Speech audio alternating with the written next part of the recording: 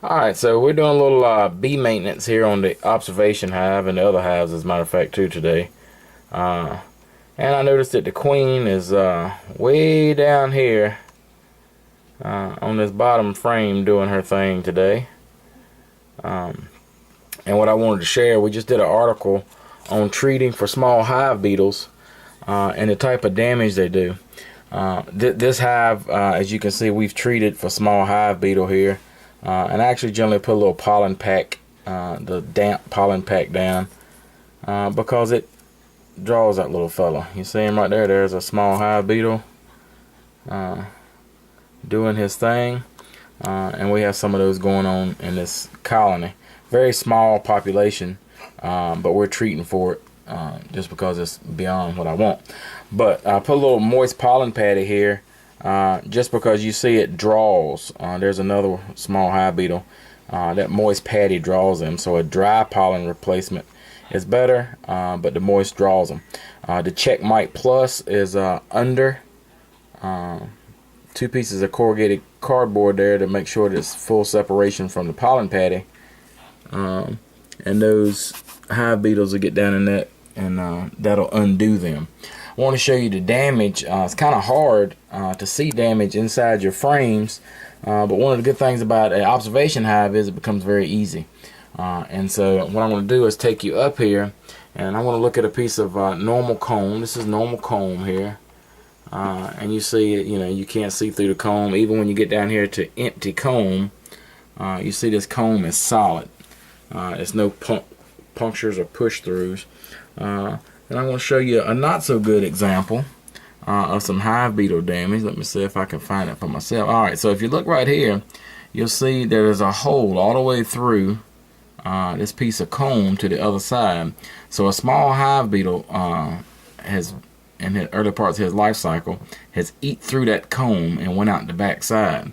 Obviously that's a problem. The bees can fix that and repair that, but that's a problem because there's a loss of honey there. If there was honey there, if there's a brood cell, then obviously there's a loss of that brood cell.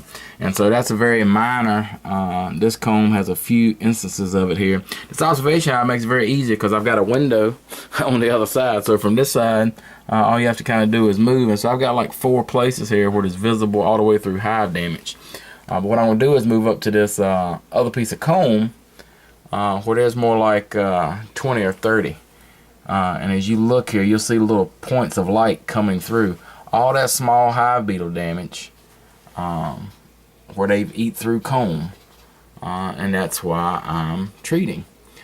They create little peekaboo holes from one side to the other. Now the bees will repair that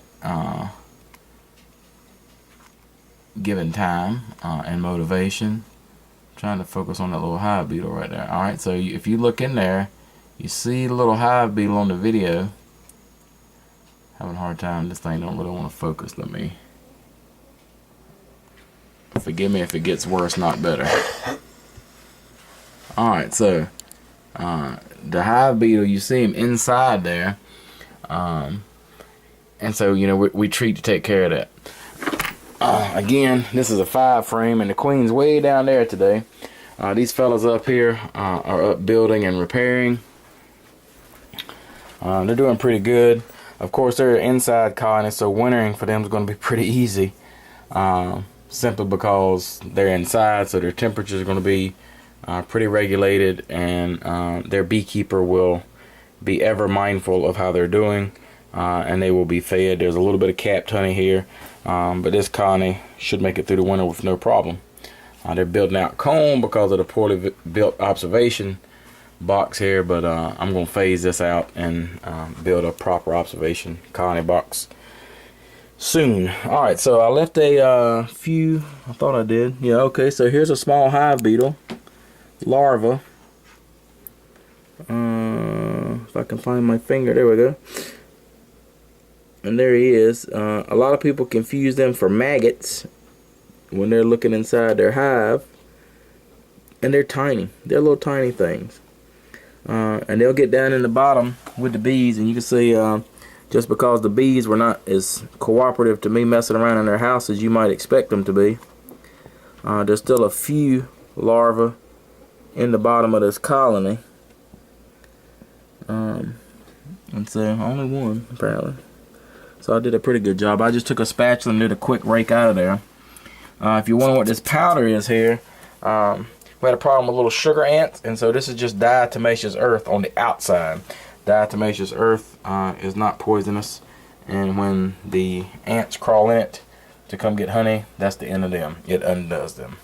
Alrighty, so there's the examples, and again, if you look on this side of this comb, you'll see it's very hard to see that damage. There was one area, where was it at? There we are. See if I can find it here, where the damage is pretty easy to see even on this side. Alright, so let's see. Alright, so there you go.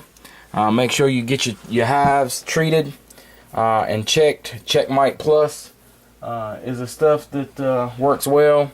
There's some other things you can do. There's some solutions that treat the adult pest problem, but keep in mind that when those small hive beetles are born, they're born inside that comb, and that's when they do their damage and lay their eggs. She's born laying eggs, and so you need to make sure you don't just deal with the adult beetles, or you're not doing very much at all. Alright, be encouraged.